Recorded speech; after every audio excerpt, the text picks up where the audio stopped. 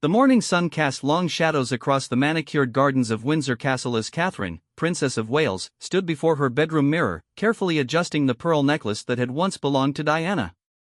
The delicate jewelry caught the light, sending tiny sparkles across her reflection. Today felt different somehow, though she couldn't quite place why. Perhaps it was the weight of recent months, watching King Charles navigate his new role while dealing with the pressures that came with the crown. William emerged from the adjoining dressing room, his navy blazer perfectly tailored, but Catherine noticed the slight tension in his shoulders that had become more pronounced lately. The responsibilities of being heir apparent seemed to grow heavier with each passing day, especially as his father adjusted to kingship during these challenging times. "The car will be here in 10 minutes, William said softly, his voice carrying the familiar warmth that had first captured Catherine's heart all those years ago at university. Yet underneath, she detected something else, a careful consideration, as if he were weighing every word before speaking.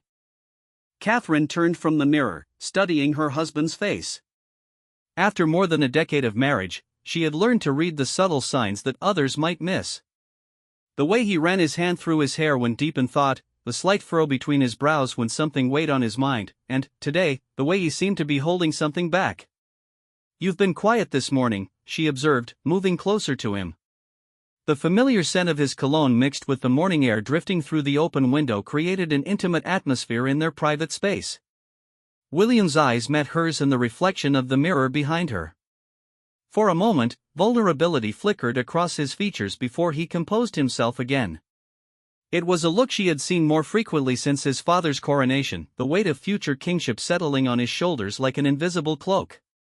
"I keep thinking about father," William admitted, his voice barely above a whisper. "The way he looked yesterday during the Privy Council meeting. There's so much pressure on him, and sometimes I wonder if we're doing enough to support him." Catherine's heart swelled with the familiar mixture of love and concern she always felt when William opened up about his deepest worries. She reached up to straighten his tie, a gesture that had become their private ritual over the years, her way of offering comfort without words. "He's stronger than you think," she said gently. "But perhaps today's lunch will be exactly what he needs." Sometimes the smallest gestures carry the most meaning. As they made their way through the corridors of their private residence, Catherine's mind wandered to the events that had led to this moment. The past few months had been a whirlwind of state functions, official duties, and public appearances. Through it all, she had watched the royal family navigate the delicate balance between public service and private emotion. The invitation to today's lunch had come directly from King Charles himself, delivered through his private secretary with a handwritten note that simply said, "I would value your company." It was unusual for the king to request such informal gatherings, especially during what was traditionally a busy period in the royal calendar. Their car pulled up to the entrance, and, as they settled into the plush seats, Catherine noticed William's hands clasped tightly in his lap. She placed her own hand gently over his, a silent gesture of solidarity that spoke volumes about their partnership. "Do you remember the first time we had lunch with your father after our engagement was announced?" Catherine asked, hoping to ease the tension she sensed in her husband. William's face softened with the memory. He was so nervous he knocked over his water glass twice. "I'd never seen him like that before, wanting so desperately for you to feel welcomed into the family. He told me that day that family was the most important thing in the world to him," Catherine recalled. "That everything else, the titles, the ceremonies, the public duties, they all meant nothing without the people you love beside you." The journey to the king's private residence took them through some of the most beautiful countryside in England. Rolling hills stretched endlessly in every direction, dotted with sheep and ancient stone walls that had stood for centuries. It was this timeless quality of the British landscape that had always provided comfort to the royal family during difficult times. As their car wound along the narrow roads, Catherine found herself thinking about the unique position they all occupied. The weight of history, tradition, and public expectation created a pressure unlike anything most people could imagine. Yet beneath all the formality and protocol, they remained a family with all the complexities, love, and occasional tensions that any family experiences. "I've been thinking about what we might say to him today," William said suddenly, breaking the comfortable silence that had settled between them. "About Mother's birthday next month." Catherine's breath caught slightly. Diana's birthday was always a sensitive time for William, filled with a mixture of beautiful memories and profound loss. This year would mark what would have been her 62nd birthday, and Catherine knew that both William and Harry carried the weight of her absence especially heavily during these milestone moments. "What were you thinking?" she asked carefully, knowing that Diana's memory was something William guarded carefully but also something he increasingly wanted to honor publicly as their own children grew older. "A private memorial service, perhaps. Something small, intimate. Just family." William's voice grew stronger as he spoke, as if the idea was solidifying in his mind. "I think Father would appreciate being included, especially this year." Catherine squeezed his hand gently. The relationship between Charles and Diana had been complicated, marked by both genuine affection in the early years and painful difficulties later. But, in recent years, particularly since becoming a grandfather, Charles had spoken more openly about wanting to honor Diana's memory and ensure their sons felt comfortable sharing their mother's legacy with the next generation. "That's beautiful," Catherine said simply. "I think she would love knowing that you and your father are finding ways to remember her together." As they approached the king's residence, Catherine noticed the informal nature of the setting. There were no crowds of photographers, no red carpets or formal protocols. Instead, it felt almost like visiting any other family member, if that family member happened to be the King of England. The staff who greeted them were people they had known for years, faces that had become familiar through countless official functions and private gatherings. Their warm smiles and genuine pleasure at seeing Catherine and William spoke to the relationships that had developed over time, beyond the formal boundaries of their roles. King Charles emerged from the entrance before they had even fully exited their car, a gesture that immediately struck both William and Catherine as significant. In the complex world of royal protocol, such informality was rare and meaningful. "My dear Catherine," William, Charles called out, his voice carrying across the courtyard with unmistakable warmth. "Thank you for coming on such short notice." As they approached, Catherine was struck by how relaxed Charles appeared. Gone was the formal bearing that characterized his public appearances. Instead, he looked like what he was at his core, a father happy to see his son and daughter-in-law. The embrace between father and son lasted perhaps a moment longer than usual, and Catherine noticed the way Charles's eyes softened as he looked at William. There was something almost vulnerable in that look, as if he were seeing not the future king, but simply his beloved son. "Catherine, you look radiant as always," Charles said, taking her hands in his own. "I hope the children are well." "They're wonderful, thank you. George has been asking when he might visit the gardens again." "He's become quite fascinated with your organic farming methods," Catherine replied, genuinely delighted to share this connection between grandfather and grandson. Charles's face lit up with genuine pleasure. "Excellent. Perhaps we can arrange something soon. Charlotte and Louis are welcome as well, of course. I've been experimenting with a new composting technique that I think they might find interesting." As they walked together toward the entrance, Catherine observed the easy conversation between Charles and William. There was something different about their interaction today, a warmth and openness that sometimes got lost in the formality of their official roles. The interior of the residence reflected Charles's personal tastes and interests. Watercolor paintings lined the walls, many painted by Charles himself during his travels around the Commonwealth. Books were scattered on side tables, covering subjects from architecture to environmental conservation.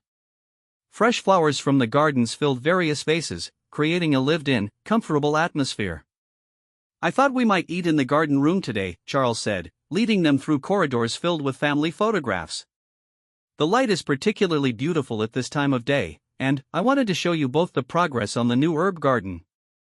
Catherine noticed William relaxing as they walked, his shoulders losing some of their earlier tension. There was something about being in this more intimate setting that seemed to strip away the layers of formality that usually surrounded royal interactions. The garden room was exactly as Charles had described, filled with natural light streaming through large windows that overlooked the meticulously maintained grounds.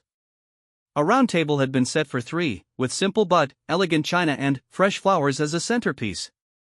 "This is lovely, Father," William said, and Catherine heard the genuine appreciation in his voice. "It feels very peaceful here." "That's exactly what I was hoping for," Charles replied, his smile reaching his eyes. I find that some of our most meaningful conversations happen when we can simply be ourselves, without all the ceremony and protocol. As they settled into their seats, Catherine felt a sense of anticipation building. There was clearly something on Charles's mind, something that had prompted this invitation. But, rather than feeling anxious about it, she found herself looking forward to whatever honest conversation might unfold. The meal began with Charles sharing stories about recent visits to various charities and organizations. His passion for the causes he supported was evident in every word, and Catherine found herself drawn in by his enthusiasm and genuine care for the people he met. "There was a young woman at the Literacy Center last week," Charles was saying, "who told me that learning to read had changed her entire life. She's now studying to become a teacher herself. It's moments like those that remind me why this work matters so much." William nodded, clearly moved by his father's words. "It must be incredibly rewarding to see that kind of direct impact." "It is," Charles agreed. "But it also makes me think about legacy, about what we leave behind and how we use the time we have."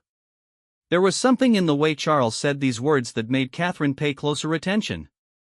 She glanced at William and saw that he, too, had picked up on the deeper meaning behind their conversation. As the lunch continued, the conversation naturally flowed from official duties to more personal topics. Charles asked about the children's schooling, their interests, their friendships. He shared anecdotes about his own childhood, stories that William had heard before but that took on new meaning in this intimate setting. "I've been thinking a great deal lately about the importance of family," Charles said suddenly, setting down his fork and looking directly at both William and Catherine. "About how easy it can be to let the demands of duty overshadow the relationships that matter most." Catherine felt her heart rate quicken slightly. There was something building in this conversation, something important that Charles was working up to saying. "The responsibilities we carry can sometimes make us forget that at the end of the day, we're simply people who love each other," Charles continued. "I don't want to make that mistake anymore." William leaned forward slightly, his full attention focused on his father. "What do you mean?" Charles took a deep breath before continuing, and Catherine could see the emotion building behind his carefully composed exterior. "I mean that I want to make sure you both know how much you mean to me. How proud I am of the way you've handled everything that's been asked of you. How grateful I am for the stability and love you bring to our family." The sincerity in Charles's voice was unmistakable, and Catherine felt tears prick at the corners of her eyes. This was clearly not easy for him to say, but it was obviously something he felt needed to be expressed. "I know I haven't always been the most expressive father," Charles went on, his voice growing softer. "The way I was raised, the expectations of my generation, they didn't exactly encourage emotional openness. But, watching you two together, seeing the family you've built, it's made me realize what truly matters." Catherine reached across the table and gently placed her hand over Charles's. The gesture seemed to surprise him at first, but then his face softened with gratitude. "You've been a wonderful father-in-law to me," Catherine said quietly. "From the very beginning, you made me feel like part of the family. That meant more to me than you could ever know." Charles's eyes grew bright with unshed tears. "You've brought such joy to William's life, and to all of ours. The way you've embraced your role, the dignity and warmth you bring to everything you do, it's been extraordinary to witness." William cleared his throat, clearly moved by the emotion in the room. "Father, you've always been there for us. Through every challenge, every milestone. We know how much you care, even when you don't say it directly." "But I should say it more," Charles insisted. "Life is too precious, too uncertain, to assume people know how we feel about them. I don't want to leave important things unsaid." The weight of his words settled over the table, and Catherine understood that this lunch was about more than just family bonding. Charles was opening his heart in a way that perhaps he never had before, sharing not just his feelings but his fears and hopes for their family's future. As the afternoon sunlight shifted through the garden room windows, casting new patterns of light and shadow across their table, Catherine felt that they were participating in something truly special, a moment of genuine connection that would be remembered long after the formal duties and public appearances were forgotten. The conversation continued to flow naturally, but everything felt different now. The emotional honesty that Charles had introduced changed the entire atmosphere, creating space for the kind of deep, meaningful exchange that rarely happens in the busy whirlwind of royal life. Catherine found herself thinking about her own parents, about the way her family had always prioritized emotional connection alongside achievement and duty. She had tried to bring that same warmth and openness to her marriage with William, and seeing Charles embrace these values felt like a validation of everything she had hoped their family could become. The emotional atmosphere from their earlier conversation had settled into something deeper and more comfortable as Charles led them through his private gardens after lunch. The afternoon sun painted everything in golden hues, and Catherine noticed how the informality of their walk seemed to encourage even more honest communication between father and son. "I wanted to show you both something special," Charles said, his voice carrying an excitement that Catherine hadn't heard before. He guided them along a winding path bordered by carefully tended rose bushes, each variety meticulously labeled with small plaques that showed Charles's attention to detail. As they rounded a corner, Catherine gasped softly. Before them lay a section of the garden that had been completely transformed since her last visit. A beautiful memorial area had been created, centered around a stunning oak tree that must have been recently planted. Beneath the tree, a simple stone bench bore an inscription that made William stop in his tracks. "In loving memory of all those we have lost, and in celebration of the love that remains," William read aloud, his voice catching slightly on the words. Charles watched his son's reaction carefully. "I wanted to create a place where we could remember your mother, and my parents, and all the family members who are no longer with us. But also a place that celebrates the family we still have." Catherine felt tears spring to her eyes as she realized the significance of what Charles had done. This wasn't just about honoring the dead, it was about affirming the importance of the living relationships that remained. "Father, this is..." William began, but seemed unable to find adequate words. "I know how difficult Diana's birthday is for you each year," Charles said gently. "And I know that sometimes the public memorials and media attention can make private grief feel impossible. I thought perhaps we needed a place that was just for us, where you could come and remember her in peace." William walked slowly toward the bench, running his fingers along the smooth stone. Catherine could see the emotion working across his face, grief for his mother mixing with gratitude for his father's thoughtfulness. "She would have loved this place," William said finally. "The garden, the privacy, the way you've made it feel so peaceful." Charles moved to stand beside his son, and Catherine was struck by how similar they looked in that moment, the same height, the same thoughtful expression, the same way of carrying themselves when deeply moved. "I have something else I wanted to share with you both," Charles said, reaching into his jacket pocket. He withdrew a small leather journal, worn with age and handling. "I've been writing letters to your mother, William. Not regularly, just when important things happen that I wish I could tell her about." Catherine's breath caught in her throat. The vulnerability of this admission was almost overwhelming. "I wrote about your wedding day," Charles continued, his voice growing softer. "About how beautiful Catherine looked, how happy you both seemed, how I wish Diana could have been there to see her son so in love." William's eyes filled with tears that he didn't try to hide. "May I read it?" Charles handed over the journal without hesitation. "This particular entry, yes. I think you should know what I wrote."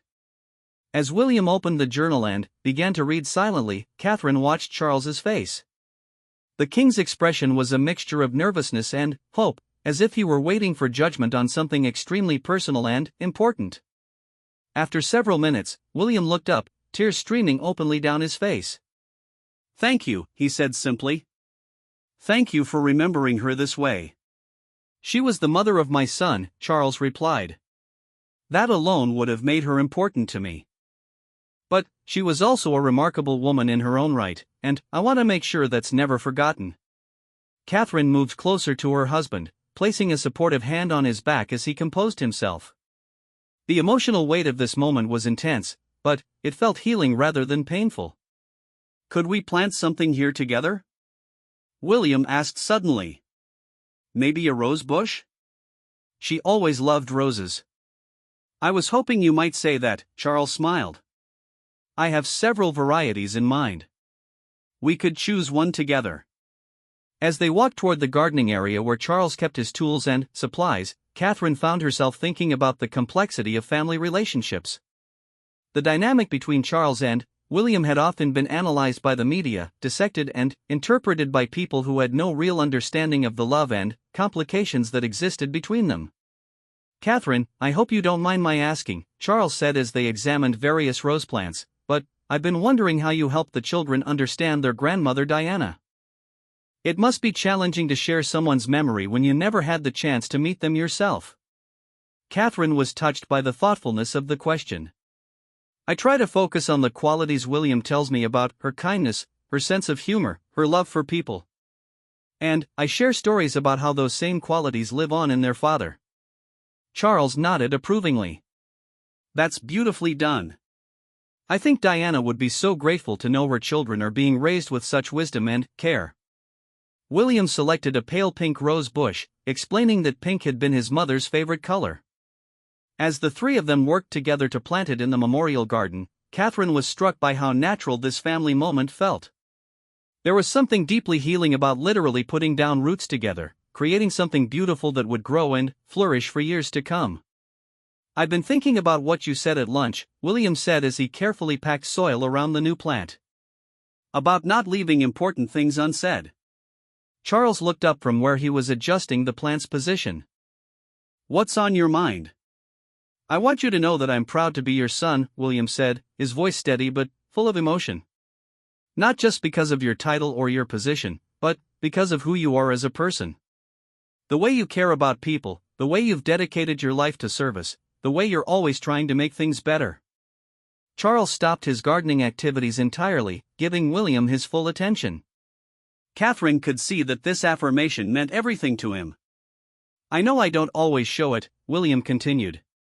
"The pressures of our roles sometimes make it difficult to express personal feelings.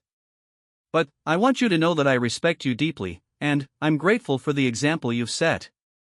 Charles's composure finally broke, and tears streamed down his face as he embraced his son. Catherine felt her own emotions overflow as she witnessed this moment of pure connection between the two men she loved most. "I'm so proud of the man you've become," Charles said, his voice thick with emotion. "The husband, the father, the future king. Your mother would be bursting with pride." As father and son held each other, Catherine felt overwhelmed by the beauty of this moment. In a world where their every public interaction was scrutinized and analyzed, this private expression of love felt revolutionary. When they finally separated, both men were smiling through their tears. The emotional release seemed to have created space for even more honest conversation. "I want to tell you about something that's been weighing on my mind," Charles said, settling onto the memorial bench they had seen earlier. "About the crown, and the future, and my hopes for how we might do things differently." William and Catherine joined him on the bench, and Catherine noticed how comfortable this felt. Three people who happened to be royals, but in this moment were simply family members sharing their deepest thoughts. "I've been thinking about the coronation, about the symbolism of it all," Charles began. "The ceremony was beautiful, meaningful, but it also felt very much rooted in the past. I want to make sure that as we move forward, we're building something that speaks to the future as well." "What do you mean?" Catherine asked, genuinely curious about Charles's vision. "I mean finding ways to honor tradition while also embracing change," Charles replied. "Making the monarchy more accessible, more relatable, more connected to the real lives of the people we serve." William leaned forward, clearly interested in this direction. "I've been thinking about similar things. About how we might use our positions to address the challenges facing people today: mental health, environmental concerns, economic inequality." "Exactly," Charles said, his enthusiasm building. "I want to use whatever time I have as king to build foundations that you can expand upon. To create new traditions alongside the old ones." Catherine found herself thinking about her own role in this vision. As someone who had married into the royal family as an adult, she often felt uniquely positioned to understand both the inside and outside perspectives. "I think people are hungry for authenticity," she offered. "They want to see that we're real people with genuine care for the issues that affect them. Moments like today, conversations like this, obviously private ones, but the spirit of this kind of connection could inform how we approach our public duties." Charles nodded enthusiastically. "Yes, exactly. I've been thinking about ways to break down some of the barriers that can make the monarchy feel distant or irrelevant. As the afternoon progressed, their conversation evolved into a wide-ranging discussion about their shared values, their hopes for the future, and their commitment to service. Catherine was struck by how aligned they all were in their fundamental beliefs, despite sometimes having different ideas about implementation. "I want to share something else with you both," Charles said as the sun began to set lower in the sky. "I've been working on a project, something I hope will become part of my legacy." He explained that he had been quietly developing a comprehensive program for young people, combining environmental education, practical skills training, and leadership development. The program would provide opportunities for young people from all backgrounds to gain experience, build confidence, and develop the tools they needed to become leaders in their communities. "It's still in the early stages," Charles said, "but I was hoping you might both consider becoming involved. Your perspectives, especially Catherine's background in early childhood development, could be invaluable." William and Catherine exchanged glances, and Catherine could see the excitement building in her husband's eyes. This was exactly the kind of forward-thinking initiative they had both hoped to be involved with. "We'd be honored to help," William said without hesitation. "It sounds like exactly the kind of program that could make a real difference." "The timing feels perfect," Catherine added. "Our children are getting older, and I've been looking for ways to expand my own involvement in youth development programs."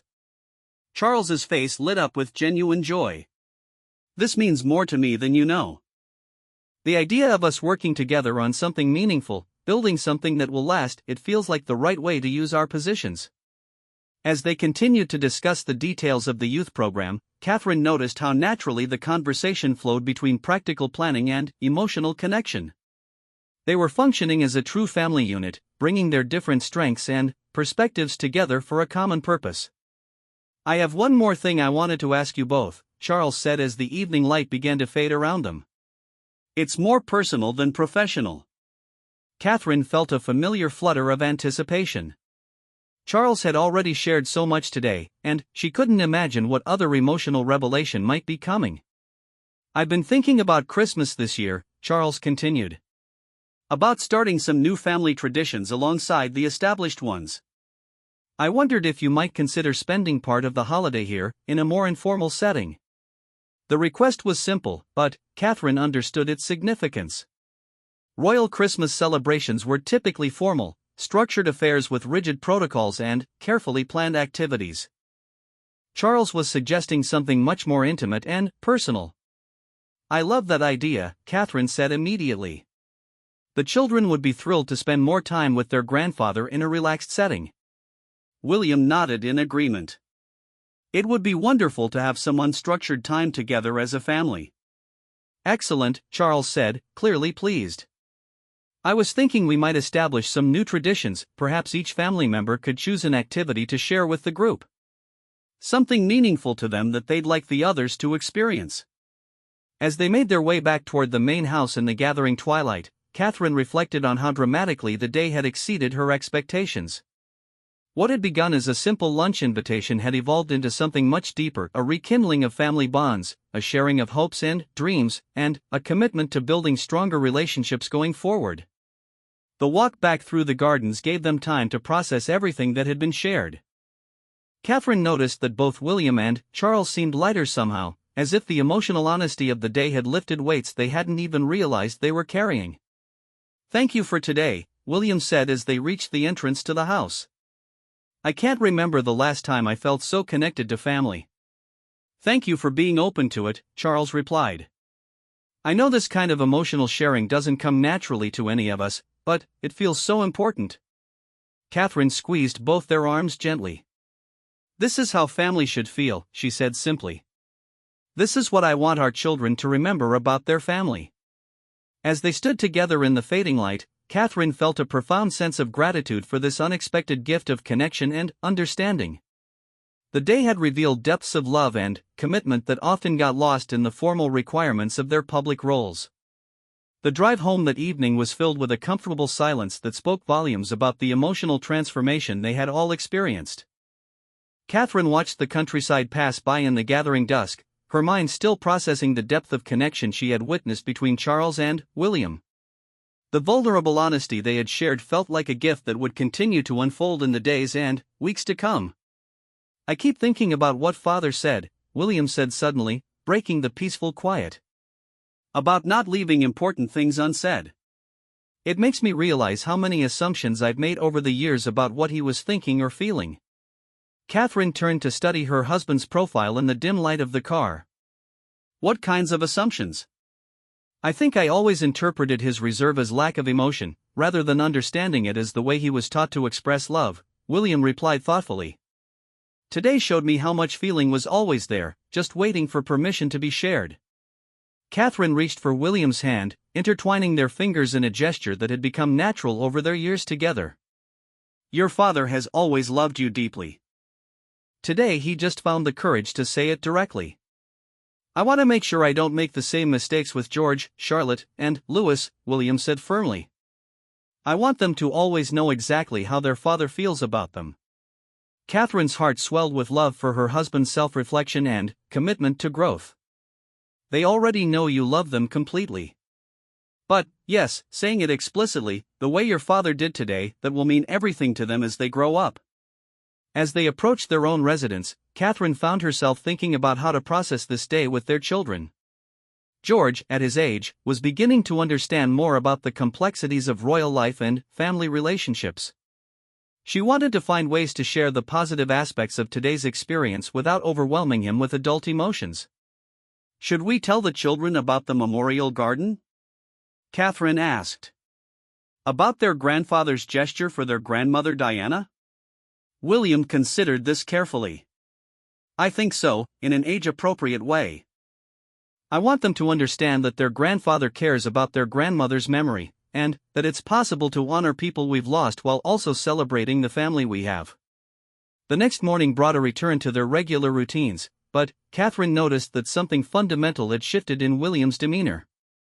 He seemed more relaxed, more present with the children during breakfast. When George asked about their visit to Grandpa Charles, William's face lit up with genuine enthusiasm.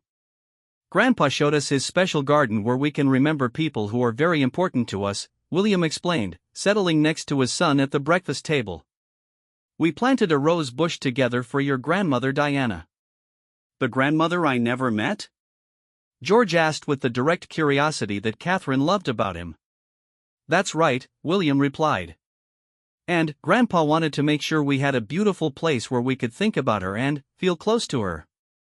Charlotte, who had been listening while carefully spreading jam on her toast, looked up with interest. "Can we visit the garden sometime?" "I'm sure Grandpa would love that," Catherine said, smiling at her daughter's eagerness. "He's very excited about sharing his gardens with all of you."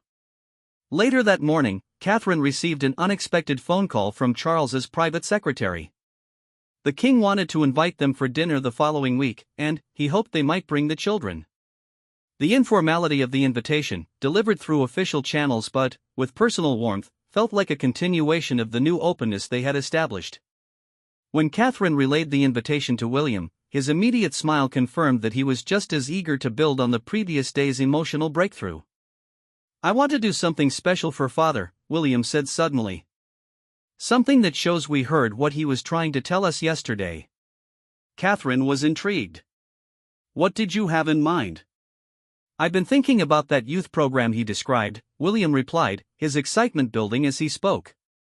"What if we could present him with some concrete ideas for how we might contribute? Show him that we're serious about being partners in this work?" The idea energized Catherine immediately. She had spent years developing expertise in early childhood development, and the thought of applying that knowledge to Charles's vision felt perfectly aligned with her own values and interests. They spent the afternoon researching existing youth programs, identifying gaps that Charles's initiative might fill, and brainstorming ways their unique positions and platforms could add value to his vision. Catherine was struck by how naturally she and William worked together when focused on a shared purpose. "We could create mentorship components," Catherine suggested, looking up from her laptop where she had been reviewing research on youth development programs. "Pair young people with adults who can provide guidance and support as they develop their leadership skills. And we could incorporate environmental education in practical ways," William added. Hands-on projects that teach sustainability while also building confidence and teamwork. As they developed their ideas, Catherine felt the same sense of energy and purpose that had characterized their most successful joint initiatives over the years. There was something deeply satisfying about using their positions to create meaningful opportunities for others. That evening, as they tucked the children into bed, Catherine noticed how the emotional openness from Charles seemed to be influencing William's interactions with their own family. He lingered longer at each bedside, sharing more detailed stories about his day, asking more thoughtful questions about their experiences. "Daddy, you seem extra happy tonight," Charlotte observed with the perceptiveness that often surprised Catherine. "I am extra happy," William replied, sitting on the edge of his daughter's bed. Sometimes grown-ups have conversations that help them understand important things about their family, and yesterday I had one of those conversations. "What did you understand?" George called from his own bed across the room. William looked toward Catherine, who nodded encouragingly. "I understood that it's important to tell the people you love exactly how much they mean to you. So I want to make sure you all know that you are the most precious things in the world to your mother and me." The simple directness of William's words created a moment of beautiful connection in the children's bedroom. Catherine could see the impact on all three children, the way they settled more deeply into their beds, secure in the explicit knowledge of their parents' love. "We love you too, Daddy," Louis said sleepily, and Catherine felt tears prick her eyes at the natural ease with which her youngest son expressed his feelings. After the children were asleep, Catherine and William settled in their private sitting room to continue working on their presentation for Charles. The lamplight created an intimate atmosphere as they spread papers and documents across the coffee table. "I keep thinking about something else Father said yesterday," Catherine said, looking up from her notes. "About wanting to create new traditions alongside the old ones." William set down his pen and gave her his full attention. "What about it?" "I think what we experienced yesterday, the level of emotional honesty and connection, maybe that could become a new tradition for our family," Catherine said thoughtfully. "Regular opportunities for us to step away from our official roles and just be honest with each other about what's in our hearts." William's expression grew thoughtful as he considered this idea. "Like scheduled times for genuine conversation?" "Not scheduled exactly, but intentional," Catherine clarified. "Making sure we create space for the kind of sharing that happened yesterday, rather than assuming it will happen naturally amidst all our other responsibilities." "I love that idea," William said immediately. "And I think Father would too. Maybe we could suggest it as part of those new Christmas traditions he mentioned." They worked late into the evening, fueled by enthusiasm for their developing plans and gratitude for the new depth in their family relationships. When they finally went to bed, Catherine felt a sense of anticipation for the future that she hadn't experienced in quite this way before. The following day brought news that added another layer of significance to their recent experiences. Charles's private secretary called to inform them that the king had decided to establish an annual award in Diana's name, recognizing young people who demonstrated exceptional commitment to helping others. "He wanted you both to know about this decision personally, before any public announcements," the secretary explained. "His Majesty hopes you'll consider being involved in the selection process." When Catherine shared this news with William, she watched his face cycle through surprise, emotion, and deep gratitude. "He's really listening," William said, his voice filled with wonder. "He's taking everything we talked about and finding ways to honor all of it: mother's memory, our family connections, the importance of supporting young people." "It's beautiful," Catherine agreed. "And it shows how much yesterday meant to him too." They decided to surprise Charles by presenting their youth program ideas in person rather than sending them through official channels. Catherine called his private secretary to arrange an informal visit, explaining only that they had some thoughts to share about his recent projects. When they arrived at Charles's residence 2 days later, they found him in his study, surrounded by papers and books related to various charitable initiatives. His face lit up when he saw them, and Catherine was struck again by how much more relaxed and open he had become since their emotional lunch. "This is a wonderful surprise," Charles said, rising to greet them with warm embraces. "I hope everything is well." "Everything is very well," William replied. "We actually came because we've been working on something we wanted to share with you." Catherine pulled out the folder containing their research and recommendations, but before handing it over, she wanted to acknowledge what Charles had done. "We heard about the Diana Award for Young People," she said. "We can't express how much that means to us, especially the way you've connected it to supporting the kind of young people she cared about most." Charles's eyes grew bright with emotion. "Your mother had such a gift for seeing potential in people who felt overlooked. This seemed like a fitting way to honor that gift while also supporting the next generation." William stepped forward to hand Charles their folder. "We've been working on some ideas for your youth development program. We want to be real partners in this work, not just figureheads." As Charles opened the folder and began reading their detailed proposals, Catherine watched his expression carefully. She could see his surprise giving way to excitement as he realized the depth of thought and research they had put into their recommendations. "This is extraordinary work," Charles said after several minutes of reading. "These ideas would transform the program from something good into something truly groundbreaking." "We're serious about this," Catherine said. "About working together, about using our positions to create real opportunities for young people, about building something meaningful that can last for generations." Charles set down the folder and looked directly at both of them. "Yesterday changed something for me," he said quietly. "Not just in terms of our family relationships, but in terms of what I want to accomplish as king. Having you both as genuine partners in this work, it means everything to me." The conversation that followed was unlike anything Catherine had experienced in her years as a member of the royal family. They talked as equals, as collaborators, as people united by shared values and common purpose. The hierarchical formality that usually characterized royal family interactions was completely absent. "I have an idea," Charles said suddenly. "What if we announced this program together?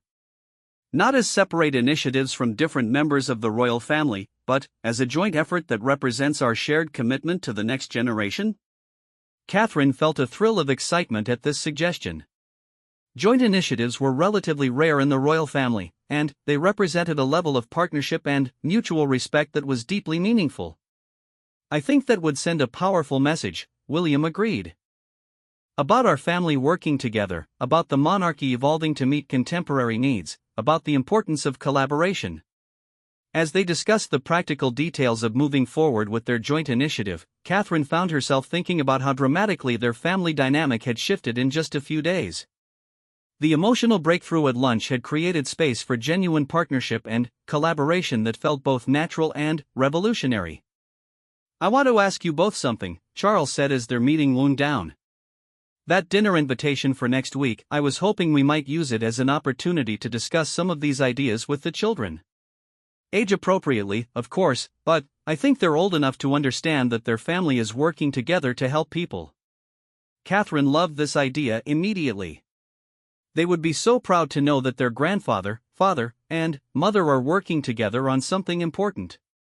And it would help them understand that service isn't just about attending events, William added. "It's about identifying problems and working to solve them." As they prepared to leave, Charles walked them to their car personally, another gesture of informality that spoke to the new ease in their relationship. "Thank you," he said simply. "For your ideas, your partnership, and, most importantly, for helping me understand that we can be both a royal family and simply a family who loves each other." Catherine hugged him warmly, feeling grateful beyond words for the transformation they had all experienced. "Thank you for showing us that it's possible to honor tradition while also creating something new." The drive home that afternoon felt like a celebration, though of what exactly, Catherine couldn't have said. Perhaps they were celebrating the discovery that love and respect and shared purpose could coexist with duty and service and public responsibility. Or maybe they were simply celebrating the gift of deeper connection with someone they had always cared about but hadn't always known how to reach. The dinner at Charles's residence the following week proved to be another milestone in their family's emotional journey. Catherine had spent considerable time preparing the children for what would be a more intimate gathering than their usual formal visits with their grandfather. She wanted them to understand that this was an opportunity to see a different side of their grandfather and to contribute to meaningful family conversations. "Remember, this isn't like our usual visits to see Grandpa at official events," Catherine explained as they dressed for dinner. Tonight he wants to talk with us like we're any other family spending time together. George, who had been listening carefully, looked up from tying his shoes. Does that mean we can ask him questions about things we're curious about? Absolutely, William replied, straightening George's collar. Grandpa specifically said he hopes you'll all share your thoughts and ideas with him. When they arrived, Charles greeted each child individually, kneeling down to their level and asking genuine questions about their interests and activities. Catherine watched with delight as her normally reserved father-in-law engaged enthusiastically with Charlotte's description of her art project and Louis's explanation of his favorite playground game. I thought we might eat in the smaller dining room tonight, Charles said, leading them through corridors lined with family photographs spanning generations. I've asked the kitchen to prepare some of your favorite foods, and I was hoping we could have a proper conversation about some exciting projects we're working on. The smaller dining room was cozy and informal, with a round table that encouraged conversation and windows overlooking the gardens where they had shared such meaningful moments the week before. Catherine noticed that Charles had arranged for child-friendly place settings alongside the elegant adult china, another thoughtful gesture that made the children feel included rather than accommodated. As they settled around the table, Charles raised his glass of water in a small toast to family conversations and new adventures together. The children giggled as they clinked their glasses against their grandfathers, and Catherine felt her heart swell with affection for this new version of their family dynamic. Grandpa, Daddy told us you're working on something special for young people, Charlotte said during the first course, her natural confidence shining through. Charles's face lit up with genuine enthusiasm. I am indeed. And your parents have been helping me make it even better. Would you like to hear about it? What followed was a conversation unlike any Catherine had witnessed in a royal family setting. Charles explained his youth development program in terms the children could understand, describing how they wanted to help young people learn important skills and become leaders in their communities. The children asked thoughtful questions and offered surprisingly insightful suggestions. Could they learn about taking care of animals? Louis asked. I think that would be important. What an excellent idea, Charles replied seriously. Environmental stewardship includes caring for animals. We should definitely include that component. Catherine exchanged a meaningful glance with William. The natural way Charles incorporated their children's ideas into serious policy discussion showed a level of respect for young people's perspectives that would undoubtedly inform their program development. I've been thinking about something else too, Charles said as the main course was served. I wanted to ask all of you about creating some new family traditions. Things we could do together that would be special just for us. What kind of traditions? George asked, clearly intrigued by this concept. Well, for example, what if each of us chose one activity that we thought the others would enjoy, and we shared it together during our holiday celebrations? Charles suggested. Something meaningful to each person that they'd like the family to experience. The children were immediately excited by this idea, and suggestions began flowing around the table. Charlotte wanted to teach everyone watercolor painting techniques she had learned. George proposed a family hiking expedition to explore historical sites. Louis, after careful consideration, suggested they all learn to bake bread together.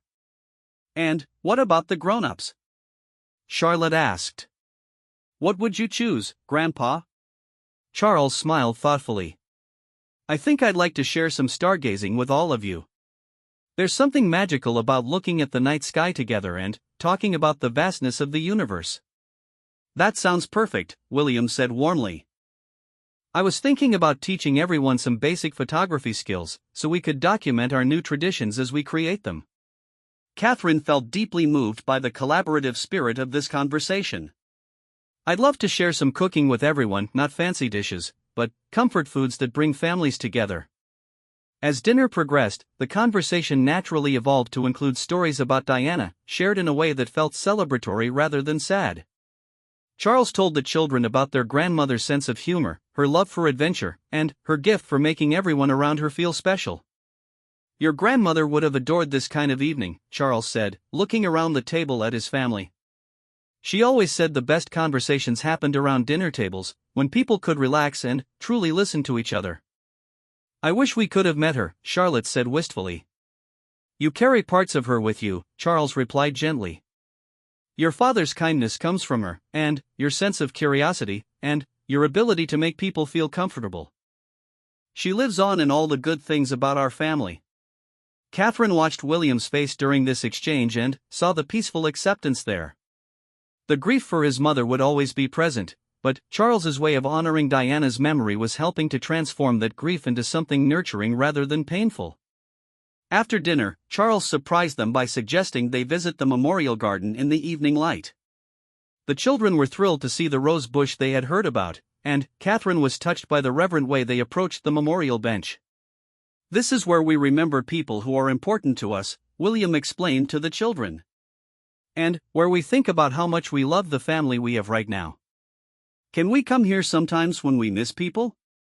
George asked with the emotional intelligence that often surprised Catherine. Absolutely, Charles replied. This garden belongs to all of us. It's a place where we can remember, and think, and feel grateful for love. As they walked back toward the house, Louis slipped his small hand into Charles's larger one. Grandpa, I think today was my favorite day. Charles stopped walking and knelt down to Louis's level. Mine too, he said simply. Today felt like what family is supposed to feel like. The drive home that evening was filled with excited chatter from the children about their new traditions, their grandfather's projects, and their plans for future visits to the memorial garden. Catherine listened to their enthusiasm and felt profound gratitude for the transformation their family had undergone in such a short time. The children felt so included tonight, she said to William once they were alone. Your father has such a gift for making them feel like their opinions and ideas really matter. He's become the grandfather I always hoped he would be, William replied. And, more than that, he's become the kind of family leader who brings out the best in all of us. Over the following weeks, the momentum from their dinner continued to build. Charles began involving Catherine and William in more substantial ways in his charitable work, seeking their input on policy decisions and including them in planning meetings. The joint youth program began taking shape as a genuinely collaborative initiative. Catherine found herself looking forward to their family interactions in ways she never had before. The emotional honesty that had emerged from their initial lunch had created space for deeper relationships with Charles, but it had also influenced her own parenting and her partnership with William. I've been thinking about something, Catherine said one evening as she and William reviewed materials for their upcoming program announcement. About how much our family has changed in just a few weeks. William looked up from his laptop. What about it? I think what your father did that day at lunch, being vulnerable, expressing his feelings directly, asking for what he needed, I think it gave all of us permission to be more authentic with each other, Catherine said thoughtfully. You're right, William agreed. It's like he modeled a different way of being family, and, once we experienced it, we couldn't go back to the old patterns. I want to make sure we don't lose this, Catherine said. This openness, this collaboration, this sense of being partners rather than just relatives fulfilling roles. William reached across to take her hand. We won't lose it. What we've built together feels too valuable to let slip away. The public announcement of their joint youth initiative came a month after their initial lunch, and the response was overwhelmingly positive.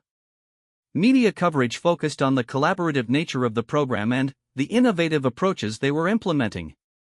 But, for Catherine, the most meaningful aspect was the private satisfaction of working alongside her family on something that would make a genuine difference in young people's lives.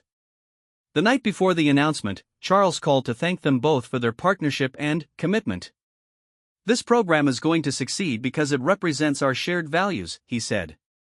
But, more than that, working together on it has given me some of the happiest moments I've had as king. It's been transformative for all of us, Catherine replied. Not just the program itself, but the way we've learned to work together as a family. As the months passed, their new family dynamic continued to evolve and deepen. The children's relationship with their grandfather flourished as Charles made time for individual activities with each of them. The adult relationships grew stronger as they discovered new ways to support each other's work and personal growth. Catherine often found herself thinking about that initial lunch and marveling at how one person's courage to be vulnerable had catalyzed such profound change in their entire family system.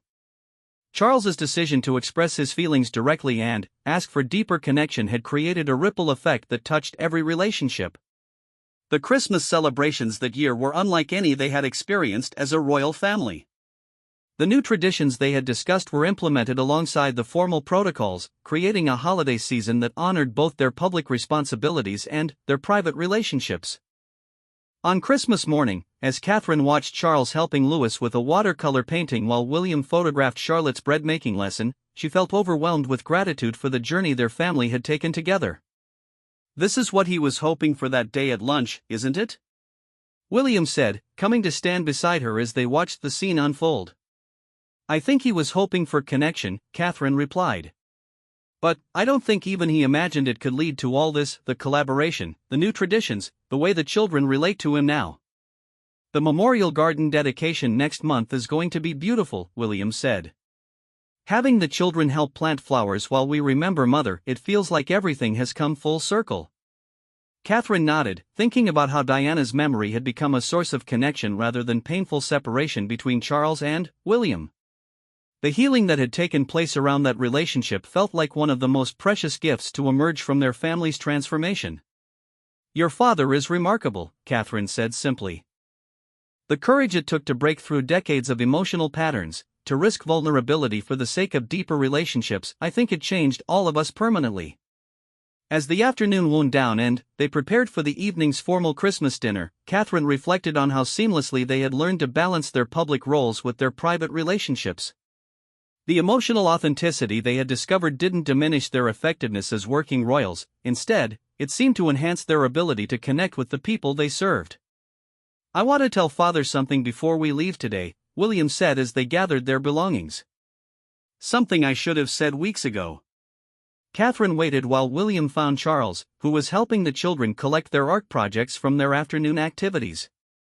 "Father, I wanted to thank you," William said, his voice carrying the same directness that had characterized their conversations since that transformative lunch. "Not just for today, or for the program, but for showing us all what's possible when family members choose to be brave with each other." Charles's face filled with the warm emotion that had become his default expression during family gatherings. "Thank you for being brave with me too. For trusting that love was stronger than old patterns." Catherine felt tears prick her eyes as she witnessed this continued evolution in their relationship. The growth they had all experienced felt sustainable and genuine, built on mutual respect and shared commitment rather than temporary enthusiasm. As they drove home through the winter evening, the children sleepy and content in the back seat, Catherine found herself thinking about legacy. Not the formal legacy of titles and ceremonies, but the emotional legacy they were creating together, a family culture based on honest communication, mutual support, and genuine care for each other's well-being. "I think this is what your mother would have wanted most," Catherine said quietly to William. "Not perfection, but authenticity. Not formal correctness, but real love expressed in real ways." William smiled, his face peaceful in the dashboard light. "I think you're right. And I think she would be so proud of the family we've all become together." The transformation that had begun with a simple lunch invitation had become something far greater than any of them had imagined, a new way of being family that honored both their public duties and their private hearts, a legacy of love that would influence generations to come.